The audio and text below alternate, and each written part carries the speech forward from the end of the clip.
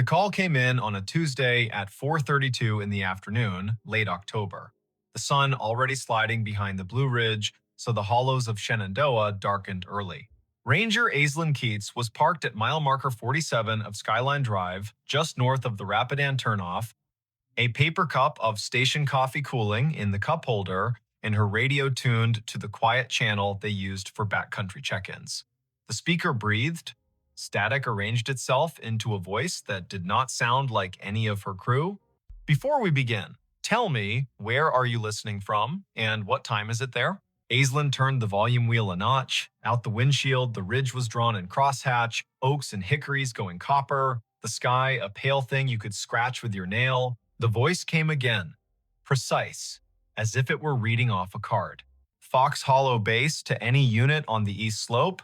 Child missing. Male, age 8, name Harlan Whitcomb, last seen near the Old Stone Spring House above Corbin Run, weather degenerating, Hurricane Hazel expected to push in, winds rising, request all available, time is 16:30, October 14, 1954. The radio clicked off into snow. Then, faintly, the same message, identical down to the breath before the name. Aislinn stared at the handset. Their base was called Piney River Dispatch. Their tower names were Pinnacles and Hazeltop and Big Meadows. No one in the park had used Fox Hollow for decades. Her training cracked its knuckles. She keyed the mic. Piney River to unknown unit. Say again. Who is calling Fox Hollow Base? Silence laid itself over the car like a thin blanket. Beyond the glass, a crow moved from one bear snag to another as if demonstrating a diagram.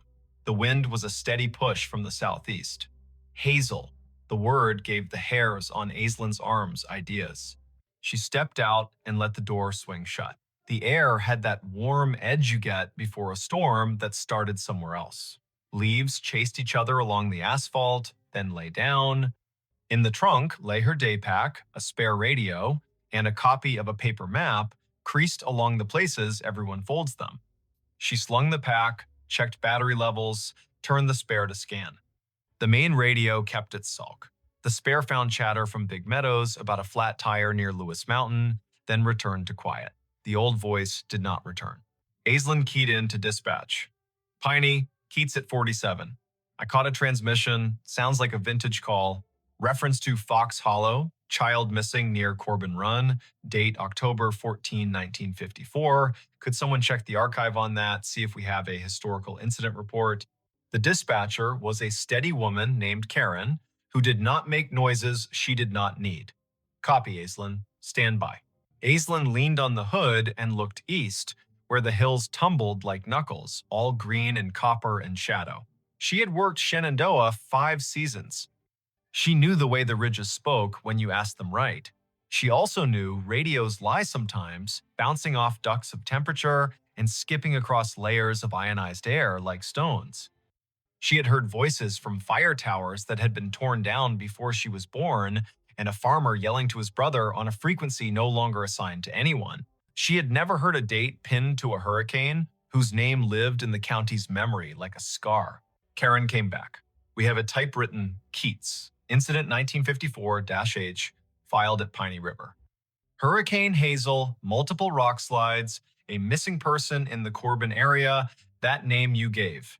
It is a cold file. It does not say recovered. I repeat, not recovered. No remains located. Not closed.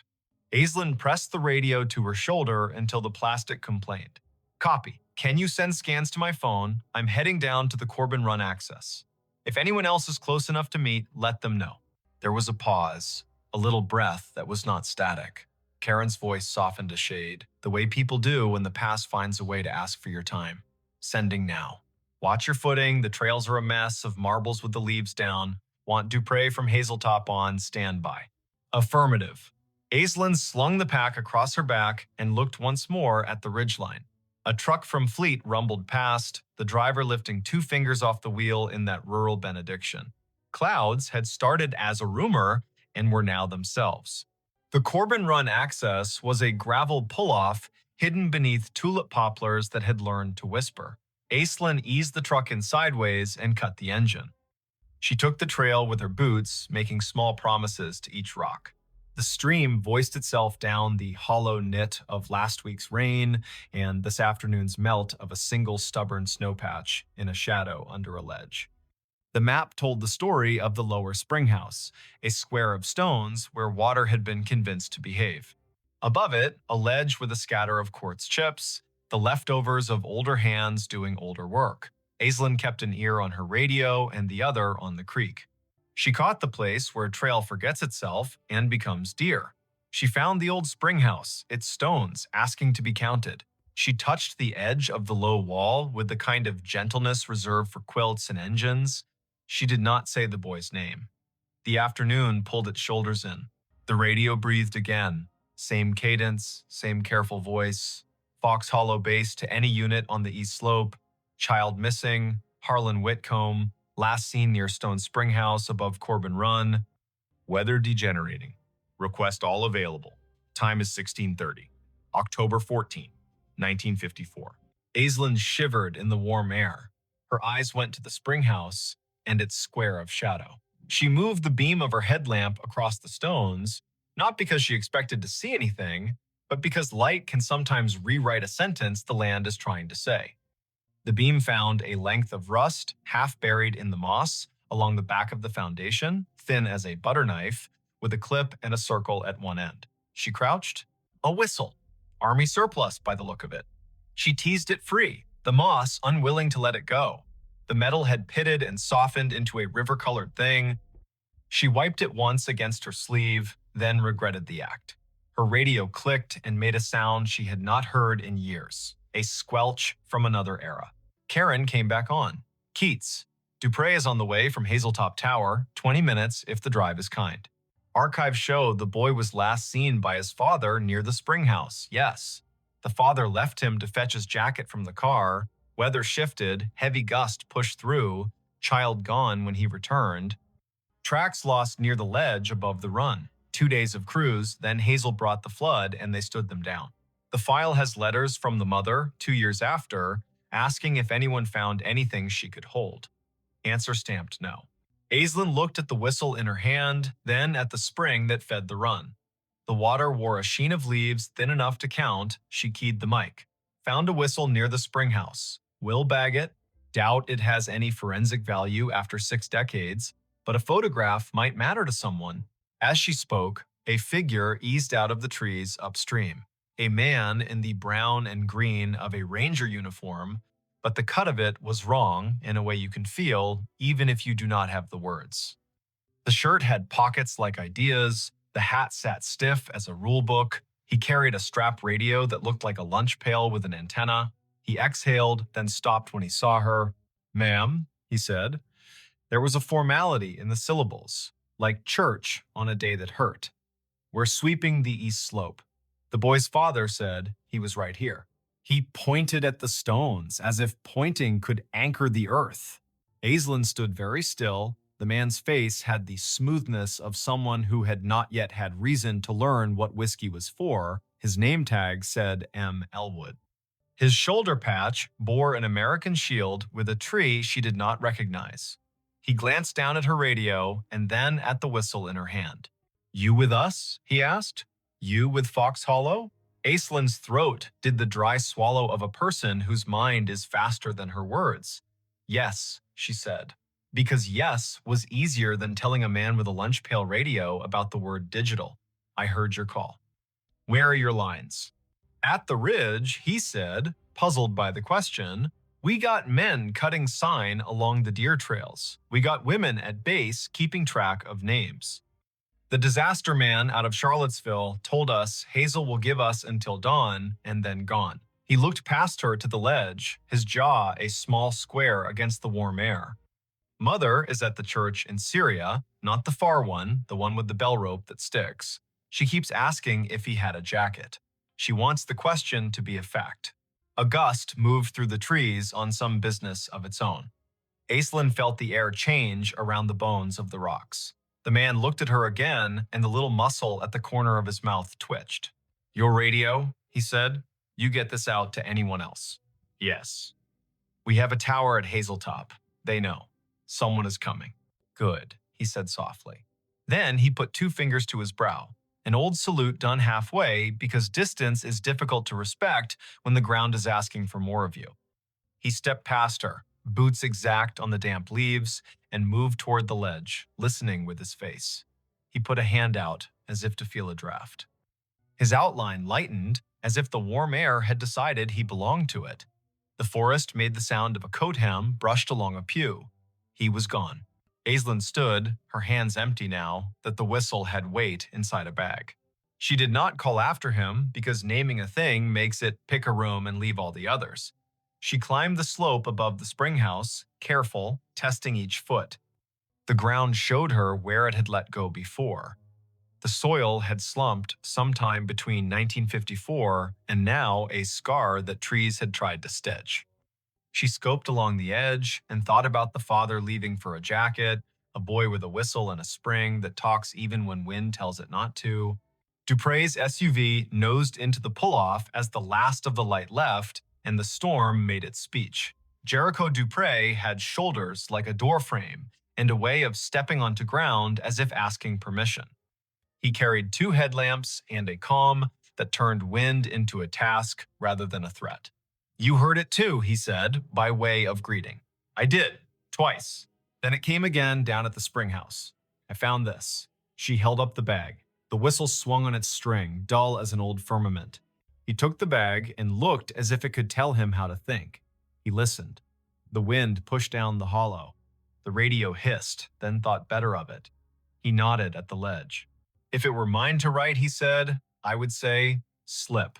The file says gusty before hazel. A child with a small sense of infinity walks the line twice to see if the sound changes along the water. It does. He steps where the deer stepped, and the hill remembers it owes the river a favor. Aislinn told him about the ranger with the lunch pail radio. Jericho had been in the park long enough to have a story for everything and to respect none of them fully. Fox Hollow was an unofficial name for the old maintenance yard near Syria in the 50s. He said, the way a person does when they are agreeing with the possibility of a ghost to be polite. There is a cinder pad there with the marks of 4 posts, like a tower. The radios would have been handsets the size of a Bible that could make clouds sound like news. People back then wrote reports thick with nouns. They did not trust adjectives unless a man had bled. He held the bag with the whistle for an extra breath. He set it in his crew pocket. They searched until rain made the ground decide to be a different kind of ground. In light from their headlamps, the trees stood at attention, counseling caution. They ran a short line grid above the ledge, more to be able to say they had used the dark well than because they expected the earth to give up a long-ago truth for free. At 9, the radios called them home before the lightning made the argument personal. Karen met Aislinn at the office with a printout. The file had been scanned, crooked, and the edges were black, where the copier had tried to keep history from fraying. The incident commander's name was printed in a firm hand, M. Elwood. A note in the margin had been added later in pencil. Mother moved to Luray in 67, father deceased, no closure letter sent. The pencil note was signed with a small initial A and a dot. Aislinn slept at the bunkhouse with the radio on her nightstand like a dog. She dreamed that paper flapped along a clothesline strung between trees, and she walked the line, reading every letter, her feet lined up on the rocks of the run, the paper turning to leaves as she read. At 3 in the morning, she woke to the noise a storm makes when it finally accepts its job. The world beyond the window went white, then black, then white again. She turned the volume down to half. She watched the rain write gloss on the sill. The radio stayed quiet. At 10, the day pulled itself together into rags. Aislinn drove down to Luray to a blue house where the porch had a swing, and the swing had 2 cushions that had learned how to be rain. She had a name from the file and a phone number that still worked, to her surprise. A woman in her 80s opened the door with the careful welcome reserved for officials who might be good news or could be kind even if they were not. "I am Aislinn Keats," she said, ranger with Shenandoah. "I am here because a storm pulled a thread and we saw where it ran." The woman corrected her posture and straightened the collar of her cardigan as if a story would take her picture. "My name is Tilda Whitcomb," she said. "We did not know how to leave him there, so we stayed." I have a loaf of banana bread that forgot the raisins on purpose if you are the kind of visitor who does not mind crumbs. Aislinn sat at a round table so clean it looked like a rule. The banana bread was honest, the tea was strong. Tilda put her hand on the tablecloth and kept it there as if the cloth would be steadier if it knew she was not going anywhere. She said the name Harlan like a stake you drive into ground so the tent knows where to stand. He whistled 3 notes, Tilda said. The tune the train plays when it comes into Luray, because his father used to take him to the crossing and they would wave at the men who stand like saints. 3 notes and then he would laugh because he was practiced at laughing. The wind took the notes and did not give them back. My husband ran to the car and the sky changed. They told him on the radio he had until morning. You can live your whole life in a sentence like that. Aislinn put the bagged whistle on the table. The string looped like a sleeping thing. Tilda did not reach for it. She looked at it as one looks at an old photograph that has learned how to move. I did not get a letter, she said, and smiled small to prove she was not accusing. I understand how papers behave. I was a clerk before my hands forgot to love the carbon paper. I suppose I wrote a letter in my head every day for 2 years. Then I stopped asking out loud. You cannot keep asking the same question without turning into a different person. The whistle sat, silent, older than most of the kitchen. Tilda looked out the window and the window looked back. A red cardinal landed on the feeder and told everyone, rudely, that it had arrived. Tilda laughed at the bird, and the laugh made her look like a photograph of herself. Aislinn asked about the ranger named Elwood. Tilda's eyes softened. Martin Elwood went to our church, she said.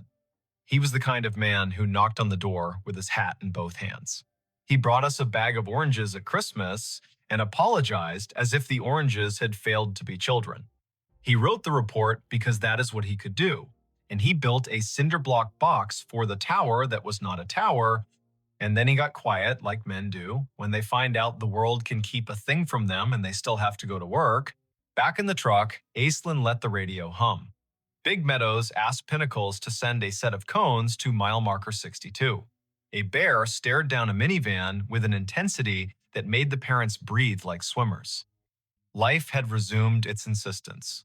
She turned the truck toward the old maintenance yard near Syria, the one Jericho half remembered as a place with 4 posts and a name more rumor than rule. There was a cinder pad there for sure, now half invaded by chickweed and ambition. Someone had collected beer cans along the edge and arranged them by brand into a timeline. Aislinn walked the perimeter and crouched at a corner where the concrete had spalled enough to show a rebar smile. She brushed the dirt aside with one hand. A penny lay there. The year was 1954. She laughed, because a park and a story will sometimes give you too many symbols and you have to choose which to be corny about. The wind rose toward evening. The radio stayed in this decade, obedient and dull. Aislinn drove the ridge road, watching the color slide toward Bruce. Back at the office, Karen handed her a thin envelope with a stamped return address that made Aislinn's scalp feel like it had learned something. It was from an amateur radio club in Harrisonburg, a man who had heard the show Aislinn, sometimes called during slow nights, the one where listeners told stories of radios hearing the wrong things on purpose. We pick up oddities when the weather steeps the air, the man had written. Old distress calls, ham tests bounced off airplane wings, bombers from the 40s practicing. Once, a train dispatch from 1960 rolled through on a rain so thick you could chew it. There are names for this, and none of them explain it. The way I think of it is this. Time breathes shallow near storms. If a voice was loud enough once and the same air returns, you might hear a ghost that is not a ghost. Not dead, not alive, just not finished talking. That night, Aislinn drove down to Corbin Run one last time with a single job. She stood by the spring house and held the whistle. She did not put it to her lips because it belonged to a mouth that had done its work. She set it on the stone in the square of water smell and said a sentence Tilda had given her permission to say. Harlan, your mother sits with a red bird and forgives the form and the weather. We leave you where you are, not lost now. We know the place that held you. We will name it, even if the stone refuses to. Thunder argued with a ridge to the west. Aislinn picked up the whistle, tucked it back into the bag, and snapped the bag shut the way you close a letter you cannot ignore any longer. Her radio breathed and then found words. Fox Hollow Base to any unit on the east slope. Search secured. Weather has moved us. We will resume when it lets us. Families headed to shelter. If anyone finds a whistle, mark the spot. End of report, October 14, 1954. Aislinn lifted the handset to her mouth and did not speak. The silence she chose felt like respect, not fear. She held the radio until the voice faded into the music of rain. Then she climbed the hill back to the truck. The park wrote its own ending. Winter stripped the ridge to bones. Spring came with its first honest green. In May, a blowdown above Corbin Run sent a sycamore through the soil like a spoon and revealed a ledger of stones that had not seen light since Eisenhower. A student volunteer named Leda, working off a citation from a noisy night, found 2 marbles wedged into the roots where the ground had been a child's pocket. One was blue as the ridge on a clear day. One was green as a first leaf. They were bagged, labeled, cataloged. The ranger who filled out the form wrote found near the old stone spring house, Corbin Run, coordinates to follow. The park historian wrote a small note and signed it with a letter that looked like an A and a dot. Aislinn drove to Luray with the marbles and the whistle and a copy of the incident report with Martin Elwood's name on it. Tilda put her hand flat on the table again. She looked at the marbles and did not touch them. She touched the paper instead, the ink, the line that said, "Weather degenerating." She said Harlan's name until it stopped feeling like an apology. She picked up the whistle, finally, and put it to her ear as if listening to metal were a normal thing, and perhaps it is. Some evenings after that, if you drove Skyline Drive near mile marker 47 and rolled your window down, you could feel a warm breath slide into your car even when the air was sound and cool. It was not spooky, it was geology and a mistake and a memory. At the spring house, a ranger tied a ribbon to a low limb that matched the color of the marbles, bright enough to be seen and quiet enough to be ignored by anyone who did not need a reason to pause. The ribbon got replaced each year by whoever remembered. Martin Elwood's name found its way into the little museum at Big Meadows on a card next to an old lunch pail radio and a photo of the old Fox Hollow cinder pad with 4 ghostly post holes. Next to it, a thin slice of paper, a carbon copy of a letter whose original had been lost. The letter said, "Dear Mrs. Whitcomb, we are sorry we did not find your boy to bring him home. We did not stop looking until weather and hope told us to stop. He was last seen by the spring house that feeds Corbin Run. If you come to the park, a ranger will show you the stones." The letter was signed in a hand that did not know how to be neat and still be sincere. M. Elwood. Every now and then, on the radio, in the kind of weather that puts a lid on the hollows and makes the ridgelight a ghost, Aislinn would hear a wash of sound that reminded her of a man with a careful voice calling to his crew. She never keyed the mic until it faded. She let the air finish its sentence. She would step out of the truck and breathe the warm breath held in the cut. She would look toward the run that kept talking to the river under the leaves. She would say what she had learned to say when a story meets a place and refuses to end, just because the people in it have "thank you quietly" to the air. Then she would drive on, a little slower than before, as if a child were walking along the edge of her attention and she had decided to step back from the edge too. If you are listening from a place where the weather is steady, imagine a ridge crouched under a storm and a voice from a year you have to say out loud, not with numbers, but with breath. 1954. Hazel. Fox Hollow. A boy with a train's 3 notes in his mouth. A ranger with a lunch pail radio who pressed his fingers to his brow as if holding in his head all the ways a hill can keep a thing. Imagine the way a whistle feels in an old hand. Imagine the way a mother sits at a table and forgives a paper for being paper. Imagine the square of stones where water has no choice but to tell you where it is going. Then, tonight, when your own house makes its old noises and your clocks tame the hour into a number, let 1 minute expand for a voice that is not finished. Listen the whole time. Let the warm air pass across your face and do not name it. When it is done, say thank you and mean it. Then go to sleep. The hills will keep watch. The radios will behave until they do not, and even then, what they bring may be kinder than you fear. The babysitter heard a voice, "Don't answer the door." The first knock came at 8:53 on a rain-polished Saturday in late October, the kind of night in Portland, Oregon, when sidewalks shine and porches feel closer to the river. The house on Birch Hollow Court sat half a block from a small park that still carried the day's damp laughter. Inside, the dishwasher murmured, and a kettle tried to be brave. The babysitter stood in the kitchen doorway, one hand on the frame, listening because something in the sound at the front of the house asked to be listened to. The knock was polite, then it wasn't. Before we begin, tell me, where are you listening from and what time is it there? Her name was Isola Marin, 19. Art student, commuter, weeknight sitter for families who liked the way she paid attention. She had a way of noticing and then not needing to say what she had noticed. Two children slept upstairs in rooms that smelled like clean cotton and a little of crayons. Oren, 5, a collector of sticks, and Juniper, 3, a thumbsucker who dreamed with her hands still resting on the bed rail as if the world might roll. Their parents, Elowin and Cormac Pike, had left at 7:15 for a long-promised dinner with friends on the east side. The year was 2016, when doorbells had learned to film you and phones hummed even when you wished them quiet. Isola had arrived early because she liked the first hour best when the house met you and you met it.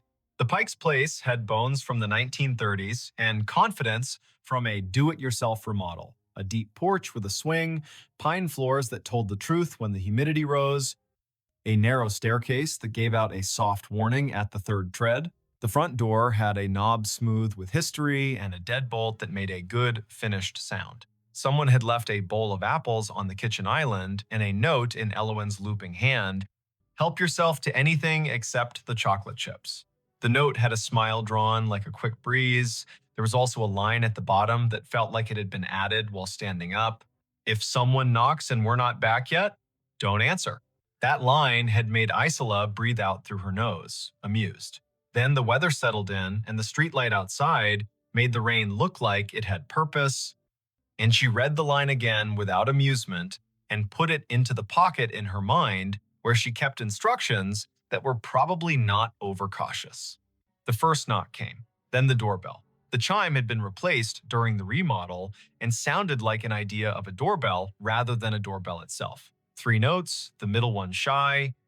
Isola glanced at the hallway. The front camera should have sent her phone a picture, but her phone sat face down on the counter as an experiment in being a better person.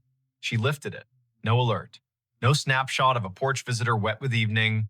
She opened the app anyway. The screen showed a frozen image from 2 hours ago when the delivery driver in a yellow slicker had left a cardboard box and made a joke to the camera about swimming away. She touched the screen to wake it. It refused. The second knock came, not loud, but certain. She heard a hush behind the sound, no traffic for that moment, no neighbor's laugh, the rain taking a breath. "Coming!" she called, and heard the word bounce off the door and regret its volume. She crossed the living room, passing the lamp with the heavy base and the stack of picture books Elowin had left, lined up for bedtime like a plan that had already succeeded. She stopped 3 steps from the door, where you can still see the whole threshold and also the 3 framed photos on the wall to the right. Pike family on the Oregon coast, Pike family at a pumpkin patch, Pike family on a couch in this very room, elbows touching. The peephole showed dark. Not the dark of a coat, too close. The dark of rain pressuring the lens. She tilted her head to the side window, the one with the glass etched in a pattern of leaves. A shape stood on the porch, too close to see contours, tall enough to be adult. Still, she thought of families who send a neighbor to drop off a sweater, of packages misdelivered, of jokes.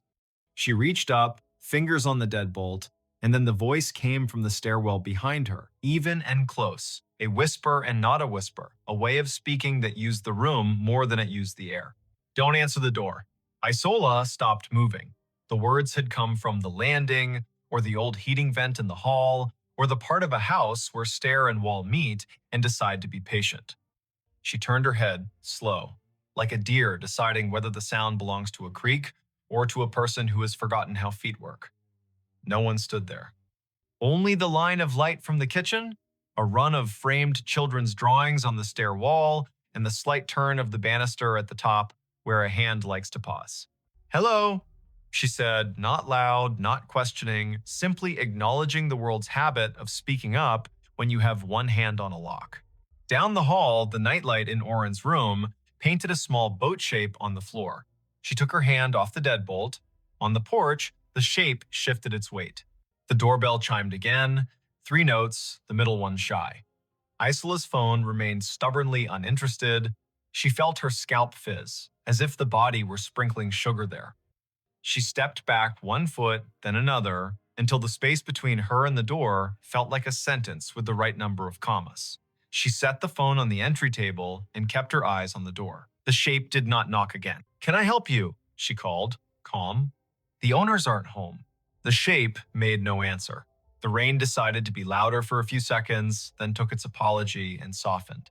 A car passed at the end of the block, and its tires whispered on wet asphalt, then left them again. The shape did not say, "Leave this," or "I'm lost," or "Wrong address." It did not step down the stairs or shift toward the window to try a too close look. It stood. The voice from the stairs came again, almost the same, the almost important. "Don't answer ISO." No one called her ISO except 2 people who were not in this house. Not even Elowen, who preferred full names like a teacher who still missed a chalkboard. The nickname arrived and held. The quiet around it learned how to be heavier. Isola is not the kind of person who does brave for style. She does careful as choreography. She picked up the heavy flashlight from the umbrella stand and felt the weight in her fingers like a vote. She walked backward into the living room, never turning her back to the door until the couch was behind her knees. Then she set the flashlight on its end on the coffee table, ready to throw its beam like a purposeful animal. She tapped the phone awake. Now the camera app sent an alert, but when she opened it, the image from the porch was empty but for rain. A rain curtain, the edge of the porch railing. No shape, no wet footprints on the mat when she zoomed, though that could be the grain of the old wood lying. The house held itself very still. Oren coughed once upstairs and rolled to a new dream. The dishwasher hit its dry cycle and made a small whir, as if about to tell a joke. Isola stood. She walked to the staircase and put her hand on the newel post because sometimes wood is better than a person's breath. She stepped up the first 3 treads, the third giving its soft warning, and peered down the hall. Juniper's door was open, just enough for night to move through. Oren's was open a little wider because he had insisted, recently, that he could hear better if the door learned to be brave, and no one had argued with the logic. "Thank you," she said to the landing. She felt ridiculous. She felt correct. The phone hummed. A text from Cormac, "Running late, dessert took forever. You good?" She typed, "Yes." All quiet. Then after a second, a person knocked. Didn't answer. "All good." He bubbled back a thumbs up and a "let me know if weird." She did not type the lines she could not yet shape. She put the phone in her back pocket and went to the kitchen kettle. Tea might give the house another language to speak in. At 9:11, the sound came again. Not the knock. The dry slide of weight on porch boards. Then a new voice, not in the room and not in the rain. A man's voice on the other side of the door, pitched to be reassuring and succeeding halfway. "Hey there," it called. "Sorry to bug you. My car slid a bit. I'm fine, just could I borrow a phone charger? Mine died." Isola stood very still on the tile by the stove. Charged phones. The sentence wore a coat of sense. It also wore the same coat a story uses when it wants to be invited inside. She felt the stair voice rest itself like a hand just between her shoulders. "Don't answer." "I can call a tow from here," she said. "If you tell me your name and plate, I'll call it in." A beat. The rain breathed. A neighbor's porch light clicked on 2 doors down, as if someone there had a similar feeling that night, should know it was being watched. "Sure," the voice said, cheerful, hurried. "Yeah, okay, appreciate it. I'm Kai. Plate is Washington, ZNJ." He trailed. The sound changed as if he had turned his head, as if reading something off a thing that had decided not to help him. "Hold up. Hard to see in the rain." "Okay," Isola said. She took a pen from the junk drawer. She did not step toward the door. The voice did not finish. The porch boards did the shift sound again, the one a body makes when deciding to step down, then silence, which is a choice. She waited a full minute and then padded back to the front hall, one foot making no more sound than the idea of a foot. Through the etched glass, she could see only the suggestion of a person-shaped absence where rain fell differently. The porch swing moved a breath back and forth, though she had not seen it move before tonight. She put her ear near the wood and did that thing you do against doors you don't mean to open. She listened to the hinge. She heard air. She did not hear breathing. She backed away because she did not owe the door any of the parts of her face. At 9:27, the voice from the stairs came a third time, and now it had a softness that made her throat ache. "Don't answer the door, Isola." "Okay," she said, and laughed once, not unkind. "Okay." She called the non-emergency line. The operator's voice was brisk, then kinder when she heard the children's ages. They sent a patrol car to cruise Birch Hollow Court. The officer rolled slow under the maples, touched two fingers to his brim up toward the windows like old practice, then slid away toward the park. He called to tell her he'd found no car in distress, no one walking in rain. She thanked him the way a person thanks another for being willing to be seen doing their job. At 10:09, something touched the back door. Not a knock, the whisper sound of a finger on glass. Isola turned off the kitchen light and let the room become a place where her eyes could do their best work. She stood behind the island and let one breath out, as if teaching her ribs a rule. The finger on glass again. Scrape, gentle. A child in some houses might do that, playing ambush. But the child would laugh or give himself away with breath fogging the pain in a haunted oval. The voice in the hall didn't speak. It didn't need to. Isola aimed the flashlight at the floorboards and thumbed it on. The beam carved a clean white lane across the tile and into the mudroom, up onto the window, where a skin of condensation wavered on the glass like a thought. No face waited beyond it, only the moon in its nearly new mood, and the reflection of her own shoulder shaping into something braver than she felt. The scrape came again. The flashlight beam caught the faintest arc at the level of a hand. She walked a half step closer and saw what had made it. On the outside of the glass, pressed lightly against the pane as if placed, and then hesitated and then not taken away, was a leaf. A maple leaf quilted with rain, stem hanging like a punctuation mark. It trembled and dragged and lifted free. That was all. By 10:45, the children were deep in the kind of sleep that makes a house feel like it has set down a heavy bag. Isola sat in the living room and read 3 pages of a book without hearing a word, then closed it and looked at the door again and felt foolish again for looking at a door. She texted Elowen, "No rush, all fine." Their reply came in a minute. "On our way, rain slow, be home around 11:15, and wore the sound of people who have begun putting coats on." At 11:19, as headlights turned the corner outside and rain slicked away from tires and the familiar shape of the Pikes' wagon slowed by the curb, the doorbell chimed a third time. 3 notes, the middle one shy. Isola stood in the hallway, hand on the deadbolt, and looked through the peephole. The porch was empty, the wagon door closed. Cormac ran up the steps in a coat wet enough to laugh at itself. He patted his pockets like a magician who had dropped something essential. He had not rung. The bell had decided to make a ceremony for him anyway. Elowen kissed Isola's cheek in the open doorway and apologized to the night for taking their time. Cormac did a father's walk down the hall to glance into his children's rooms, even though he had been told they were sleeping. Isola told them the short version. A knock, a voice asking for a charger, a patrol car that had been kind. The line on their note she had obeyed in a way that made the marrow in her wrist feel hot. Elowen's mouth went still. Not hard, still. She looked toward the stairs like a person checking if water had been left running in an upstairs bathroom. "Thank you," she said. "I should have told you more about that line on the note. It felt like telling too much would make it silly, but I should have told you."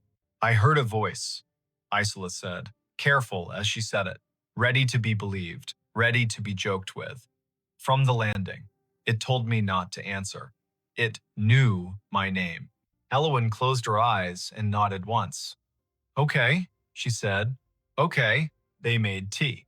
Cormac sat on the arm of a chair like a man who cannot bend himself small enough to fit back into an ordinary evening. Elowen told the story the way you tell one when you have lived with it long enough to know where its corners are. 2 winters before, she said, on a night when the river lifted itself and tried on a deeper voice, a man had walked the neighborhood knocking on doors asking for help. When people opened, he asked to come in and make a call, and if they stepped aside, he would cross the threshold with a speed that felt like another person had told him to hurry. Police had found him at the park pavilion where he had been sleeping rough, talking to a friend only he could hear. He never heard anyone, Elowen said, but the nights after that felt like a door with a hard-to-find key. 2 weeks later, Cormac said, picking up the part he needed to say, "We were here with a sitter, not you, a college kid named Pike, no relation, and something similar happened. Knock. Voice." He started toward the door, and Juniper, who was barely 2, sat up and said clear as a broadcast, "Don't answer, Daddy." She was barely speaking in sentences. She said it right. My mother's voice used to say it to me when I would go to the door for anybody. Something about the way Junie said it. It sounded like my mother and not like my daughter, and also like my daughter anyway. I didn't open the door. We watched through the side glass. There was nobody there. The bell chimed again. And then, Elowen added, last spring, when we were packing for a visit to my sister's, the doorbell chimed at 2:17 in the morning. Twice. Cormac checked. No one. Junie sat up and said it again. Don't answer the door. We changed the batteries in the chime. We changed the camera. We got smarter about being dumb. But the voice, it comes when it needs to. And she sleeps through it now. We hear it and we listen to it, and then we don't tell anyone because the world doesn't know what to do with a family in a sentence. They laughed softly, a release. The kettle sighed. Rain found a new tempo along the gutters. Isola told them about the man who had used the name Kai and about the way the shape had filled the porch and then been only Rain when she asked questions. She said the nickname the voice had used for her and watched Elowen's face widen in a slow astonishment that contained no fear. It knows, Elowen said. It knows who it needs to keep. They did not turn the story into an advertisement for another religion. They put the house back in order. Isola took the extra bills Cormac offered only after he insisted 3 times. She put on her jacket, damp from fear she didn't call fear, and stepped out onto the porch with them. The porch looked like any porch. The swing creaked because swings are built to do that, at least a little. The streetlight watched their car for a second, then got bored. Elowen reached for Isola's hand and squeezed, once, like a benediction you don't have to keep. On the drive home, the wipers kept time for a song Isola wouldn't have recognized if it had been played for her on a better night. She went under the overpass, where a man with a shopping cart had built a small palace of pallets and hope. She went by the open all-night grocery, where the cashier sells soup to people whose apartments never learned to hold heat. She went by a block of houses where the windows showed families still awake and not sorry. At a red light, she lowered her window and let the rain reach all the way in and touch her cheek, and then she rolled it back up and laughed, because the world had not insisted on being only one thing. The voice didn't follow her. It stayed with the house that needed it. Weeks went by without another knock at an odd hour. Leaves went to ground, and then to bags, and then to wherever leaves go when they've done their first job. On a Thursday in early December, Isola sat for another family across town and saw, on the neighborhood chat, a thread begin. Did anyone hear a bell twice last night around 2? The comments were predictable, then less so. A woman 4 streets over wrote that her grandmother used to leave a ribbon on the inside doorknob to remind herself not to open for kindness in the exact hour when kindness is most dangerous.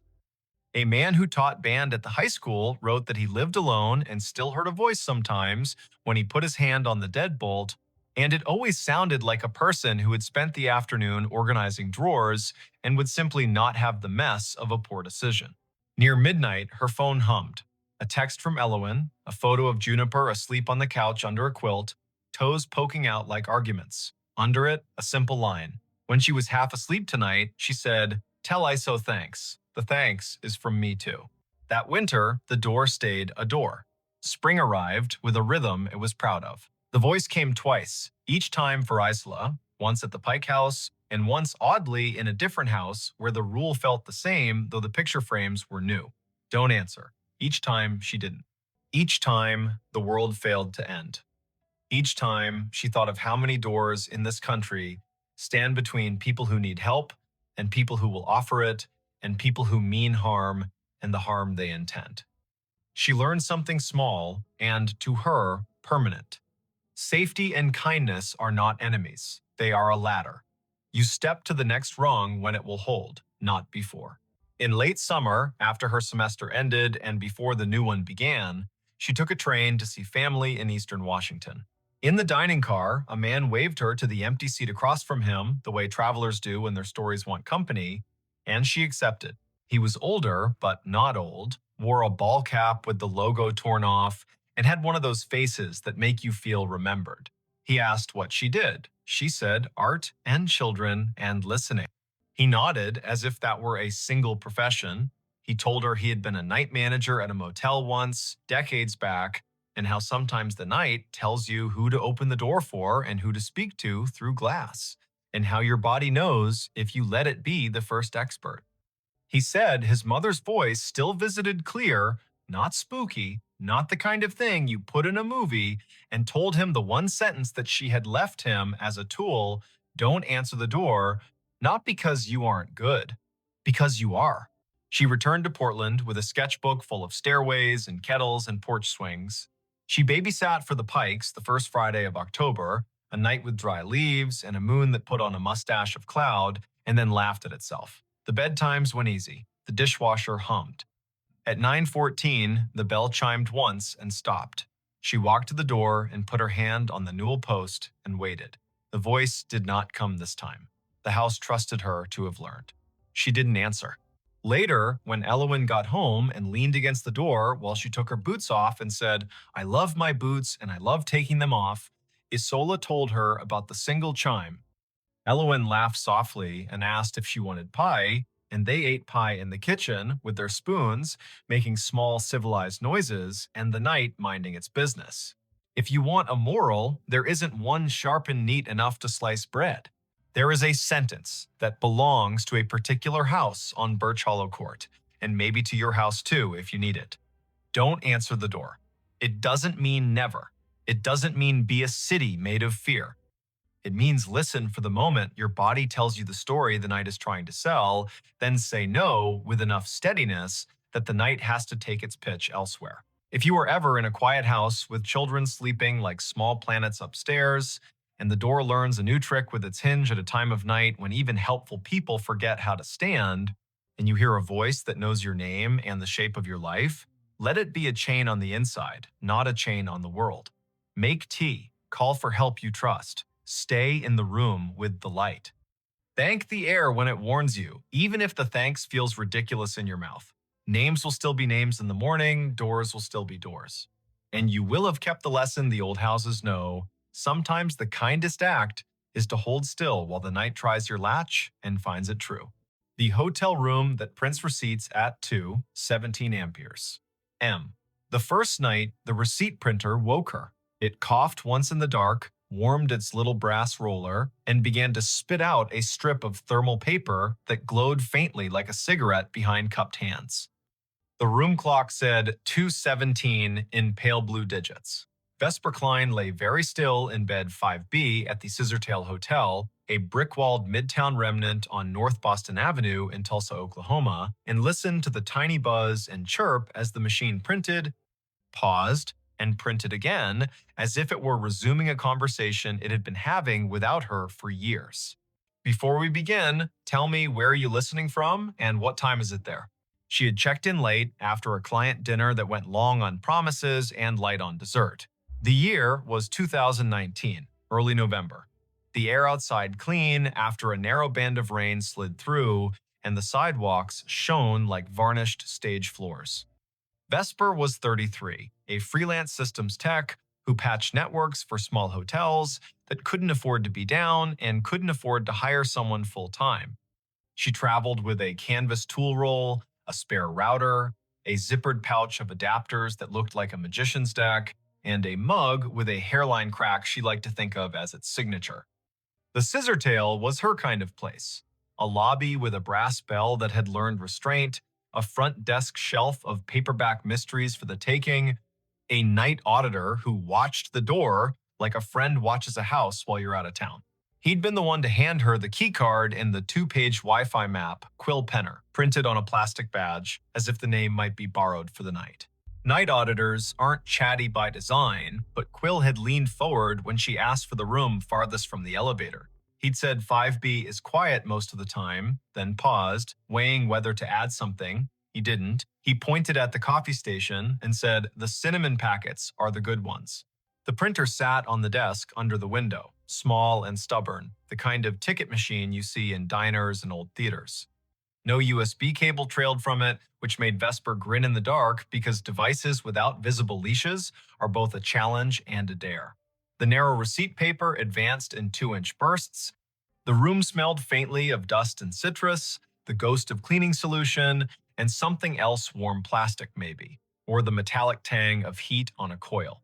She slid out of bed, toes finding the rug, shoulders remembering every winter morning she had reached for her hoodie before her thoughts. The window showed a slice of downtown in sodium yellow, a parked truck with a tarp that breathed a little in the wind, a streetlight haloed just enough to be kind. She stood over the printer and watched it work. The top of the fresh strip read guest ledger at the margin, then a line of text that made her blink. Check-in, Harlan Row, rate $14.50, room 5B arrival, the 12th of October, 1958, comments, 2 pillows only. The paper was unbrowned, the font bold. She knew thermal stock fades to beige with sunlight, goes blotchy with time, and curls if you leave it near a vent.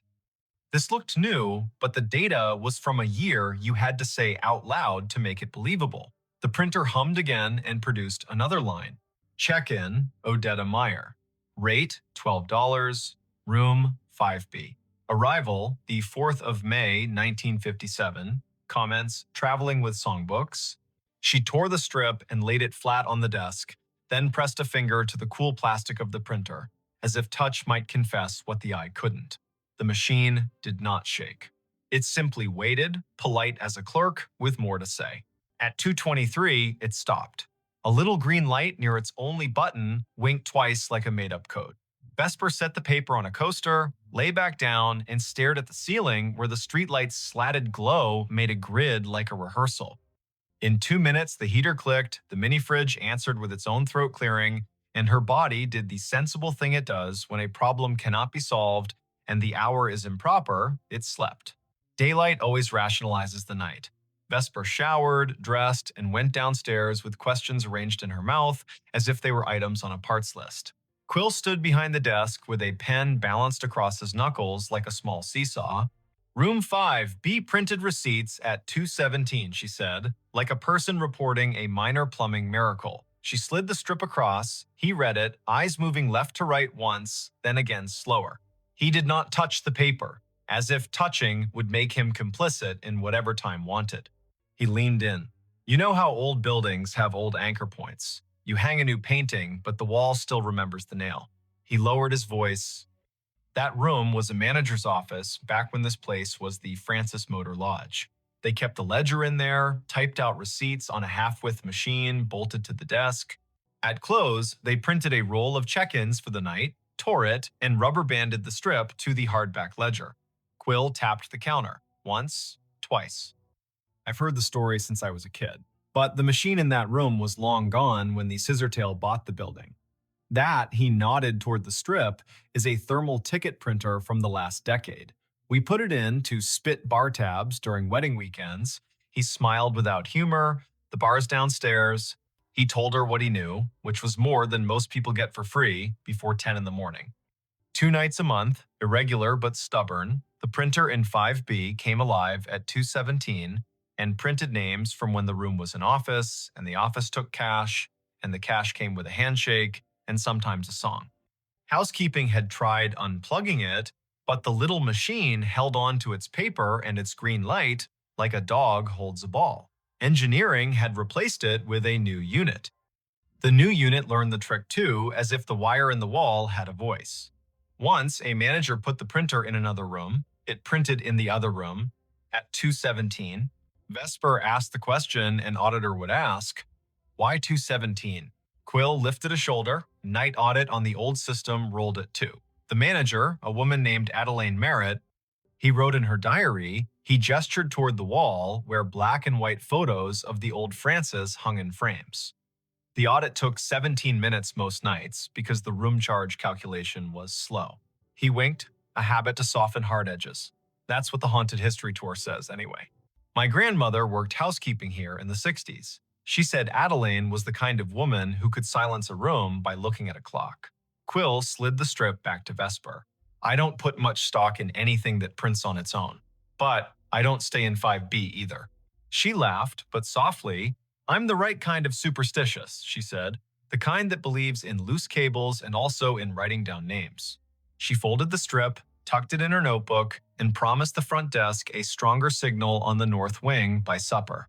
Work made the morning sensible. Vesper crawled into the equipment closet on 5, balanced her laptop on an inverted bucket, and watched packets move in tidy lines across her screen. The Scissortails network roamed like a polite guest slow if you needed it to be fast. Fast if you weren't asking.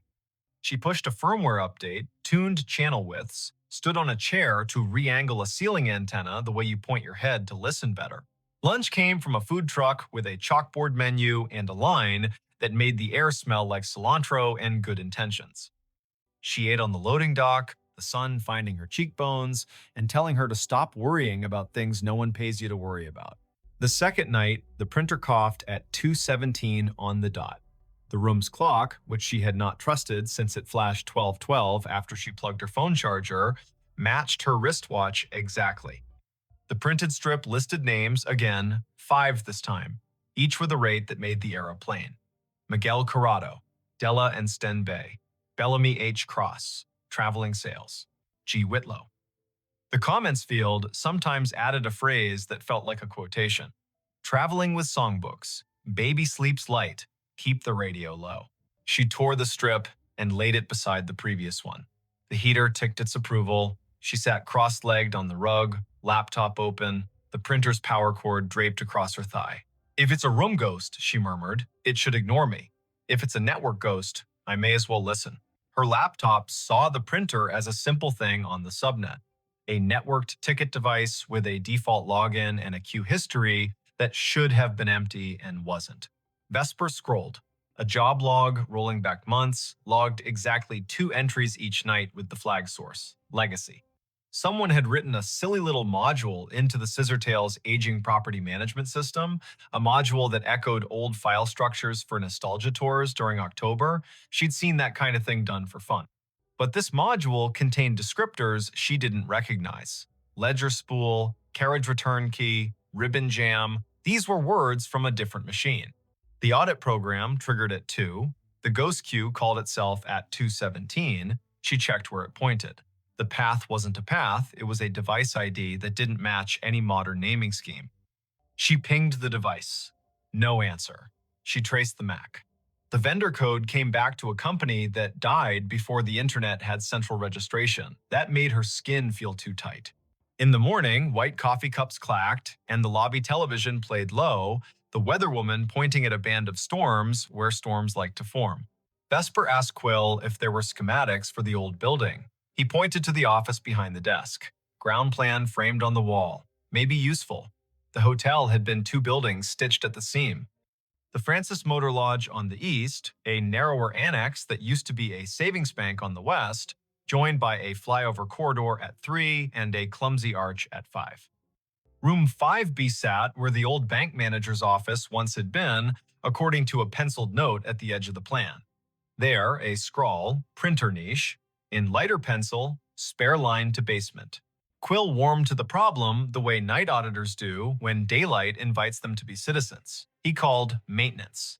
A man named Orson arrived in a polo with his name stitched in blue and a toolbox that had its own opinions. Together, they moved the desk in 5B 6 inches and then 3 and exposed a painted-over conduit hole at the baseboard with a thumb-width chase running down into the wall. Orson whistled between his teeth. That's no Romex. That's armored cable from a generation that believed steel could keep time. He tapped the baseboard with the handle of his screwdriver. It answered with the hollow ring of an old closet. In the basement, they found the closet where the spare line went to not exactly die.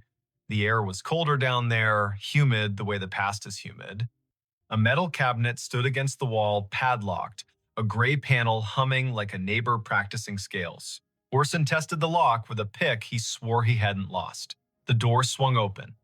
Inside, another little printer sat, twin to the one upstairs, its power indicator dark, its paper roll neat as a submitted term paper. A thin cable ran from a bracket down into a conduit box with 2 stories to tell. One was modern CAT cable, patched to the scissortails switch. The other looked like fabric-insulated wire on lead. Orson touched it with reverence and withdrew his hand. "You shouldn't be alive," he murmured to the box. Then he turned to Vesper. "Want me to pull the breaker for this room tonight at 2:15? See if it stops." She shook her head before she quite knew why. The motion felt rude. "Let me listen once more," she said. "Then, if it's a loop, we cut it. The third night, nothing is supposed to happen. Patterns prefer 3 as a way to make you distrust them."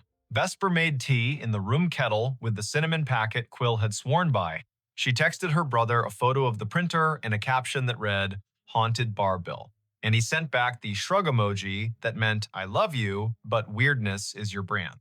At 2:17, the printer began, but this time the sound rode a breath of air cold enough to raise her arm's small hairs.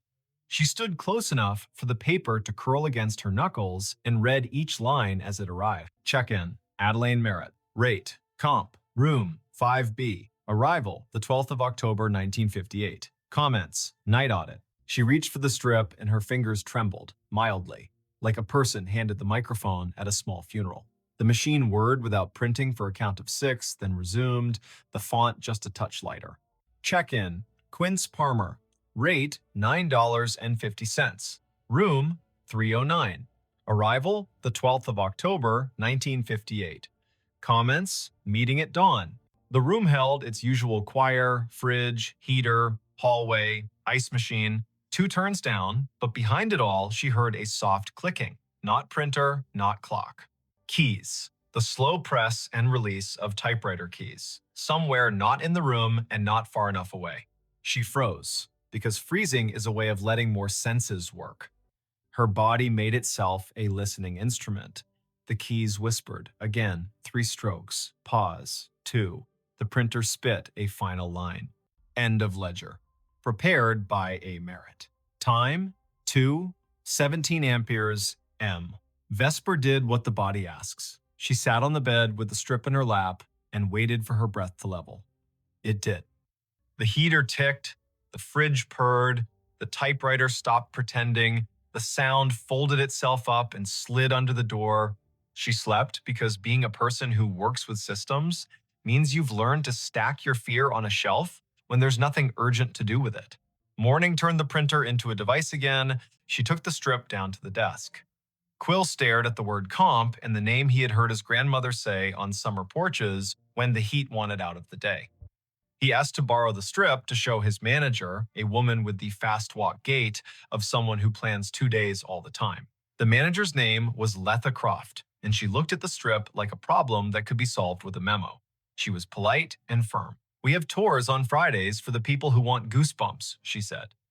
"We prefer to keep the goosebumps from rewriting our Google reviews." Vesper smiled, a tight little smile that said, "I won't post, I don't do that work, I just want to know what the wire knows." Letha sighed. The Scissortail was a college internship that never ended for her. The building was her thesis. She pointed at the framed photo behind the desk. Adelaine Merritt, hair pinned like a decision, stood at a wooden desk the size of a Buick, hand on a ledger book, face turned to a camera that had learned to respect her. The caption read, "Francis Motor Lodge, C1959, Night Manager." Letha lowered her voice. Family lore says Adelaine died at her desk in 2003 after the building had been empty 6 years. because she refused to move a box when the bank wanted it. The family had the key to the back door from the old days. She snuck in sometimes to straighten things that did not require her. A neighbor saw her light. By the time anyone checked, the coffee had gone cold and she'd written the date on a yellow legal pad with a line under it, like an anchor. I don't know if the story is true. I do know names have a way of using rooms until you say them out loud and then they rest.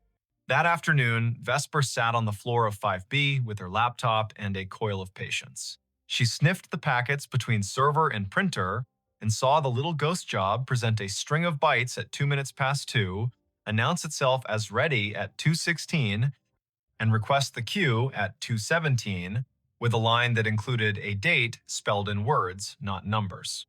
October 12. She set a capture to record it tonight.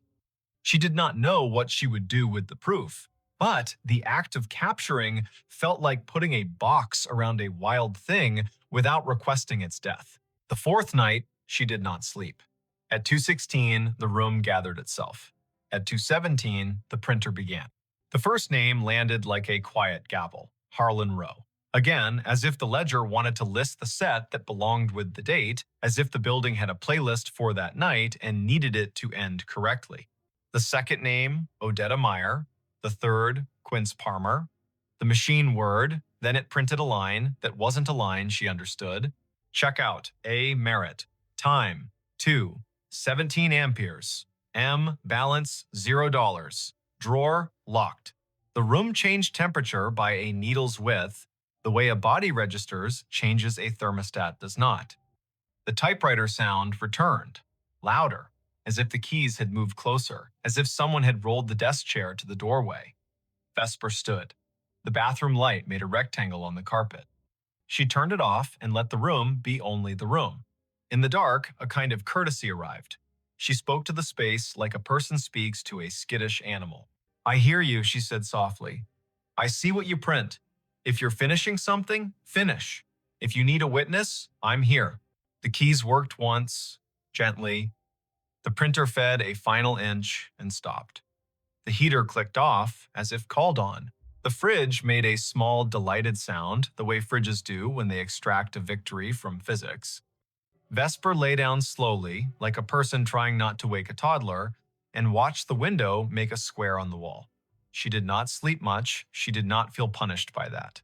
On Friday, Quill called his grandmother. She came in with a smile that wore 80 years, as if they were a favorite cardigan.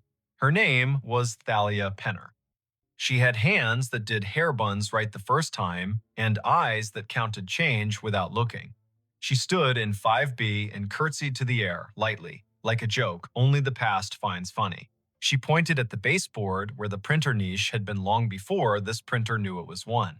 And she told a story the way people in the middle of the country tell them, in straight lines, with pauses for the parts that don't quite behave.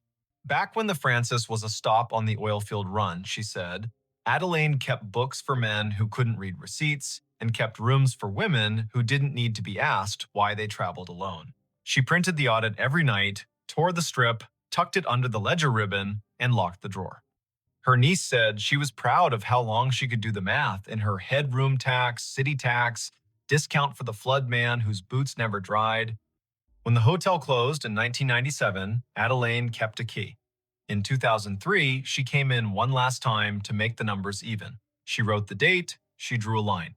She put her hand to her chest like she was looking for a pen and fell as neat as folding a shirt. The firemen took 10 minutes to arrive. I put flowers on the door, and then the bank put a new lock on the door, and then time put dust on the lock and years on us all. Thalia reached out and touched the printer as if it were the hem of a dress in a department store window. Adelaine believed in drawers that closed, she said. It sounds like over again at 2:17, she gets to do that part, finish the roll, tuck it in, say goodnight to accounts. She is the kind of woman who would find that worth doing. Vesper spent Saturday building a workaround that no manager had asked for and no ghost could be fooled by. She pre-programmed a rule in the printer's network profile. At 2:16, the device would capture its own print job to a text buffer and email it to a special address she made for the Scissortail historian. Proof for people, paper for the room. At 2:15, she and Orson stood in the basement closet like two burglars having second thoughts. Orson touched the breaker switch. He looked at her. She did not nod. He did not flip it. Upstairs in 5B, the printer coughed, purred, and worked. Down here, the old gray panel vibrated, soft as sleep. At 2:20, Vesper's email pinged her phone with a single message. Subject, ledger. Body, 3 lines. Names, rates, the comp, the sign-off. Prepared by A. Merritt. Time, 2:17 amperes. M. She did not sleep that night. She didn't mind.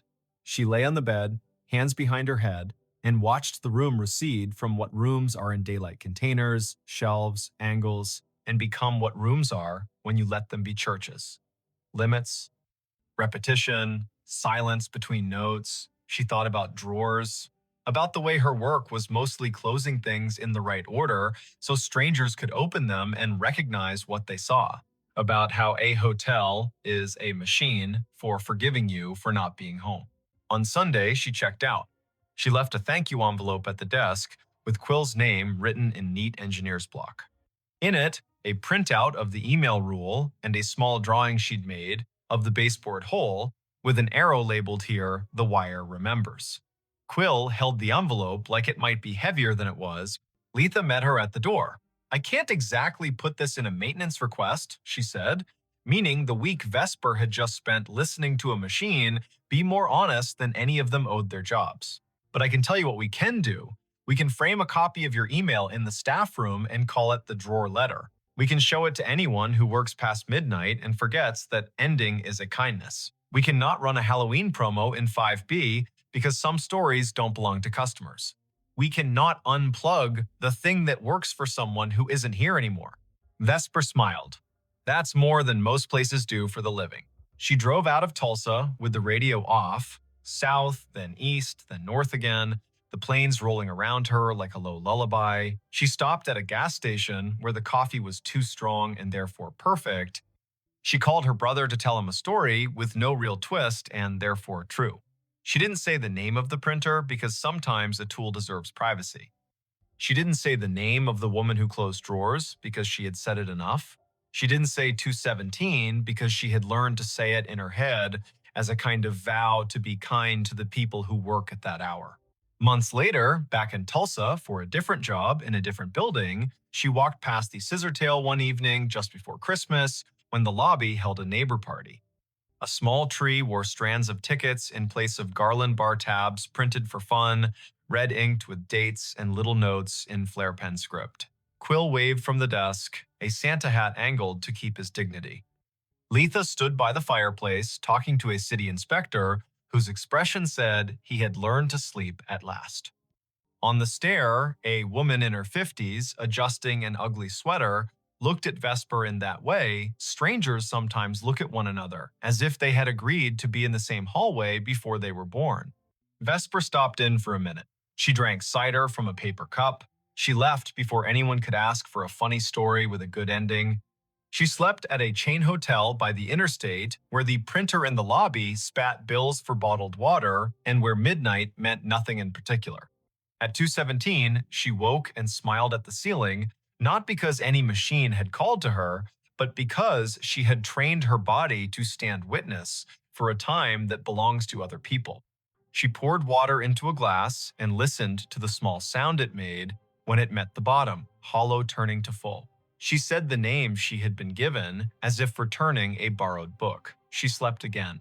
If you ever find yourself in a hotel room and a device on the desk prints at a time that sounds like a secret, do what Vesper did. Don't yank the cord. Don't film it for the internet like proof is a currency and this is your chance to spend. Sit up, put your feet on the rug, read the names if names arrive. If you can, make a rule that gives the living something to hold a copy, a note, an email to a person whose job is to remember. Then, let the room have its paper. Let the drawer close. Say thank you to the time that isn't yours.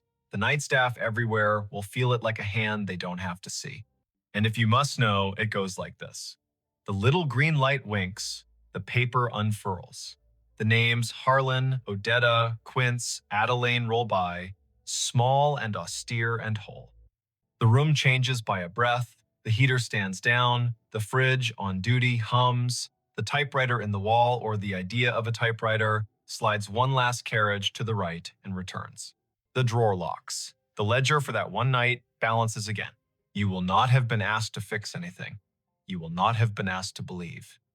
You will have been asked to witness. A job that counts.